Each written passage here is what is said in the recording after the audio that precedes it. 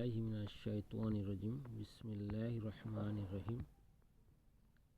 সকল প্রশংসা সে রব্বুল আলামিনের, যে রব্বুল আলামিন আমাকে এবং সকল মানুষকে সৃষ্টি করেছে।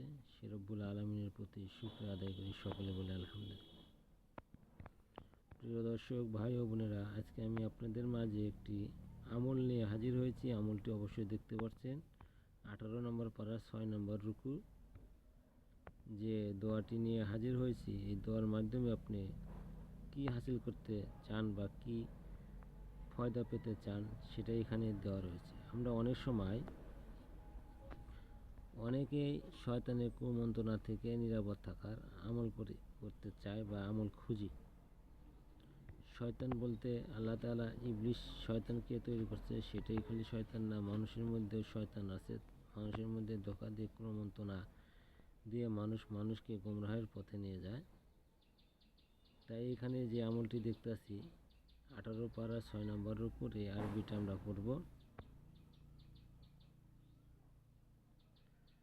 এখানে যে দোয়াটি দেখতেছেন, দোয়াটি বলবেন রব্বি আউযুবি কা মিনাল হামারা তিল শাহরি তিইনি ওয়া আউযুবি কা রব্বি আন্নু ইয়ারজুনি। এই আয়াতটা আমরা পড়ব এবং আয়াতটা কীভাবে পড়ব এখানে দেওয়া রয়েছে।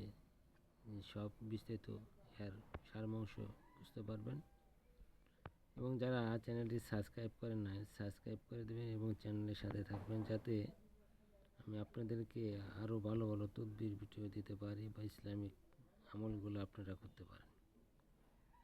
হে আমার প্রতিপালক, আমি আপনার নিকট শয়তানের ষড়যন্ত্র কুমন্ত্রণা থেকে আশ্রয় প্রার্থনা করিতেছি। আমি আমারও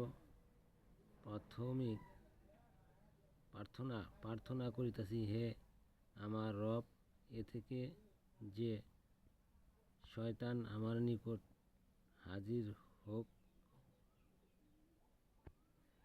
কারো মনের মধ্যে শয়তানের কুমন্ত্রণা দেখা দিলে সে বেশি বেশি এই আয়াত পড়বে, ইনশাআল্লাহ যাবতীয় শয়তানের কুমন্ত্রণা থেকে নিরাপদ থাকিবে।